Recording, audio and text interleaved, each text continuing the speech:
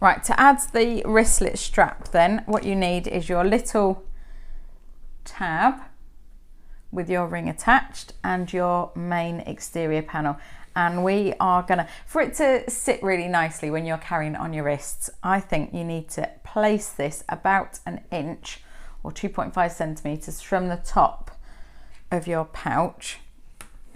And so I'm gonna measure that, and that's about an inch, and line up the raw edges on the side. And I'm just gonna add a little, actually I'll use a clip just to hold that in place, and I'm gonna baste that into place to make sure that that doesn't go anywhere while we're constructing our pouch.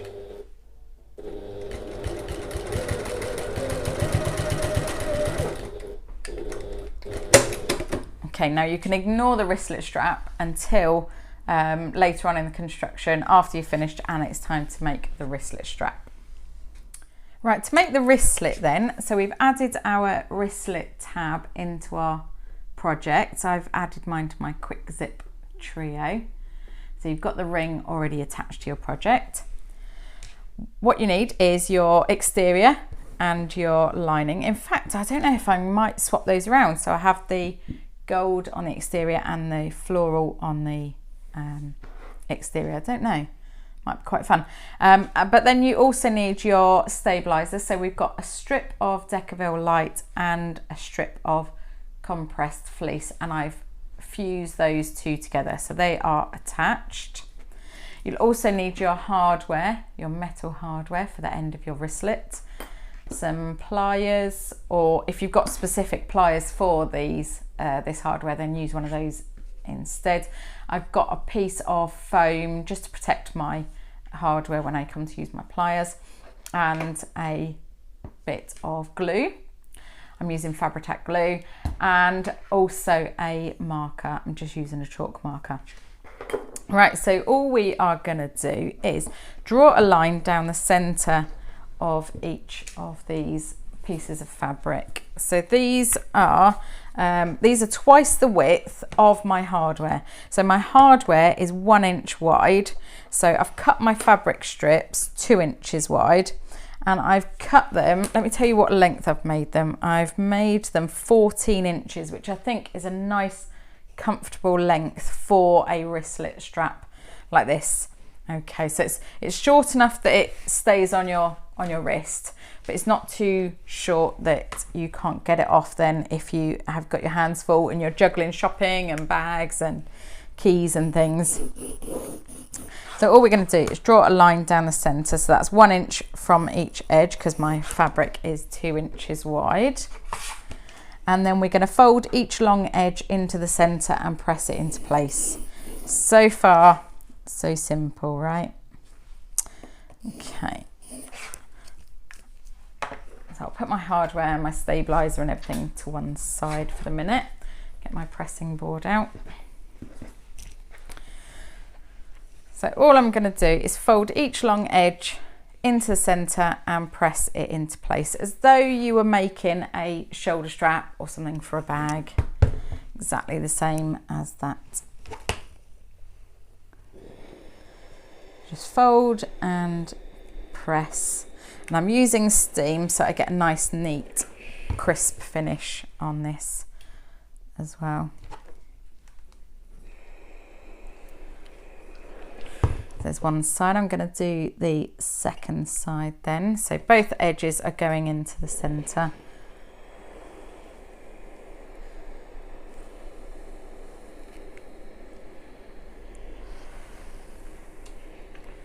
I find when I'm doing things like this with my fingers really close to the steam, if you blow gently, it blows the steam away from your fingers, and you minimize your risk of scalding yourself then. Okay, so once that's pressed, I turn it upside down and just let gravity sort of keep those edges under. And then I do the same on my second piece.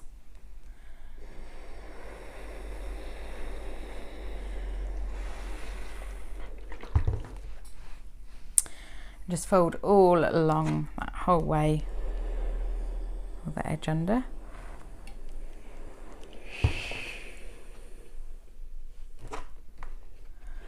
And the same on the other edge.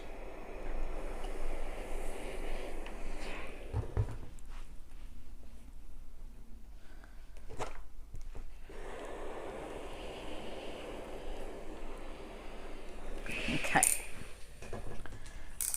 Right, so once we are happy that they are pressed, you can pop our pressing mat aside. Right.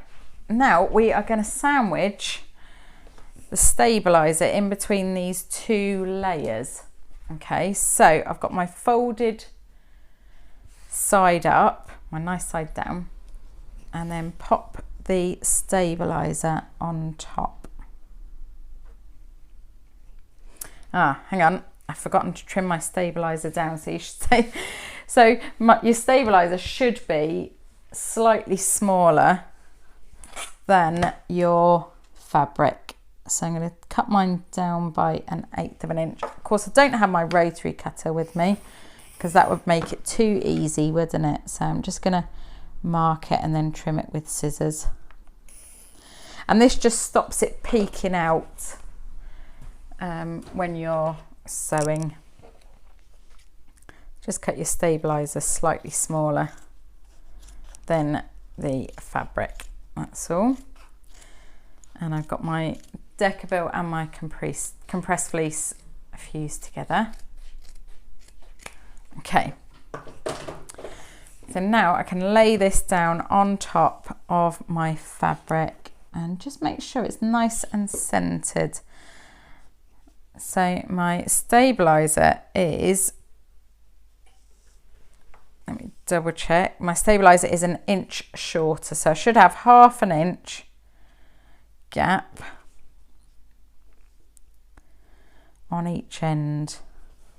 Just make sure that's nice and centered. You can use some double-sided tape on this if you want to, just to hold it in place.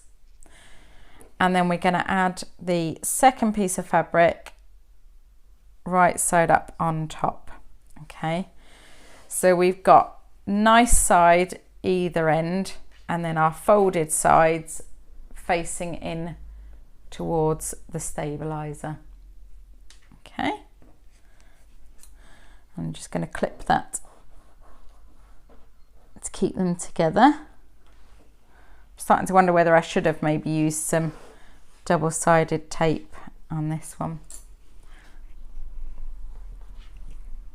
Okay, so I'm just going to keep these layers all nice and together. We're going to top stitch along each longer edge to keep these in place nice and neat. Okay, so I'm going to top stitch with 1/8 of an inch seam, or 1/8 of an inch away from the edge. That's 3 mil if you're using metric. I'm going to use my top stitching stitch length, which is slightly longer for me, and I'm going to go from end to end. I am actually going to back stitch because I don't want to risk anything coming undone.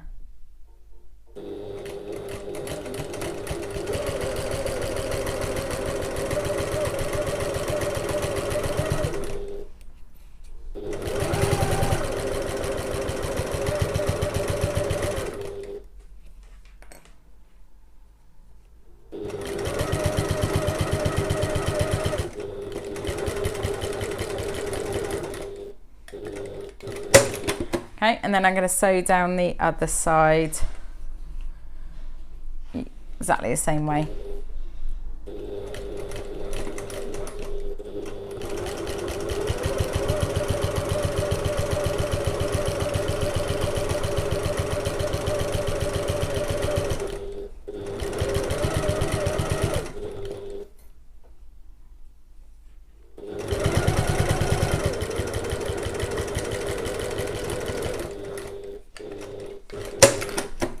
Okay, so I've got all of my layers attached together, nice and neat.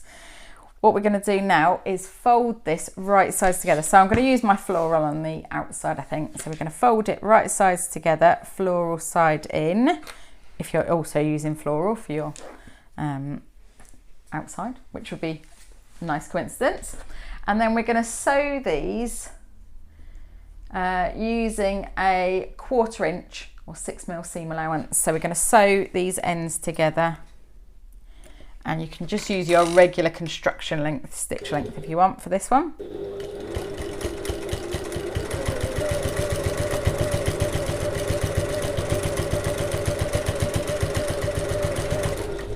Now I've gone over it a few times and I've ended my stitching in the middle, and that means that any loose threads are not going to be showing on the end of my wristlet hardware. Okay, so just trim all these extra bits and pieces away. Okay, and then we just trim the seam allowance of this down to a 1/4 inch, an 1/8 of an inch, or 3mm. So we're sewing at a 1/4 inch, 6mm, and we're trimming it down to an 1/8 of an inch, 3mm. Okay, and then all we do is we just turn it right sides out, back on itself like this. So push those edges out really nice and neat into that little seam at the end there. Okay, I would give that a little press as well, just to be sure that it's nice and neat, because you're going to be popping that into the hardware, so you want it to be nice and neat. And then we're going to stitch through this an 1/8 of an inch away from the end. If you can, if your machine is not strong enough, you can just add this into the hardware as it is. But if your machine is strong enough, then I would recommend that you do. It just holds it nice and neat together.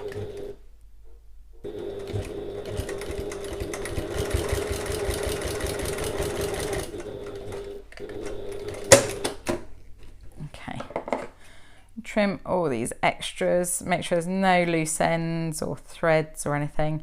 If you can see a little bit of loose threads on the side, you can add a bit of fray check if you want, although you'll find that they'll soon come away with use, because you've secured your seams and you've back stitched, etc.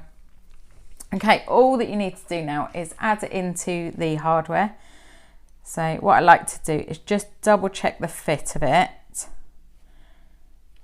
Check that's nice and neat. That looks great, actually. I'm quite pleased with that. Quite pleased I did do the floral on the outside now. And then add a dab of glue right into that channel. So you can either add it into the hardware, or you can add it on the end of your fabric that's going into that hardware. Either way, you need to get a good little bit of glue right in the center there. Okay, so I've added mine all along the bottom, and then just make sure that that is slotted all the way in, and that the end of the wristlet is meeting the end of the hardware. Now you can leave that to dry for a moment if you want to, or you can go on to set it straight away. If you've got specific hardware pliers, then use those now. I haven't, so I'm just using the ones out of my toolkit, and I'm adding some foam, and I'm just doubling it over. Okay, and I'm just going to very, very, very gently, without it popping out, very, very, very gently just squash this down and set it into place. And I'm just going along the length. So I've done one end, and then I've done the other end, and then I've done the middle. And if you think actually that's not quite fully set, you can go ahead and do it again. I just find little and often lots of gentle squashes is much, much better and more effective than one big squash, because otherwise you get a dented piece of hardware. Right, So that is pretty much as secured as it can be from a squashing point of view. And I've added my glue in there, so I am fairly confident that that is not coming out anywhere. I would recommend leaving that to dry, leaving the glue to dry, maybe for an hour or two before you use it. It should be secure just from the squashing, but just in case it's not, I would recommend leaving it for a little bit. And then all that you need to do is attach the wristlet onto the ring, and there you are. You've got a fun key fob wristlet attached to your project if that's how you want to use it, or you can use it to attach to your keys. I've got my keys here. You can attach your keys onto the wristlet end as a key fob. Make sure that you hang on to them, or you can have them all together as a you know, if you're popping out, quick trip out, you can add your keys, your wristlet, your pouch, carry it all together really nice and neat and handy. I hope you've enjoyed that little tutorial, and I look forward to seeing what you make.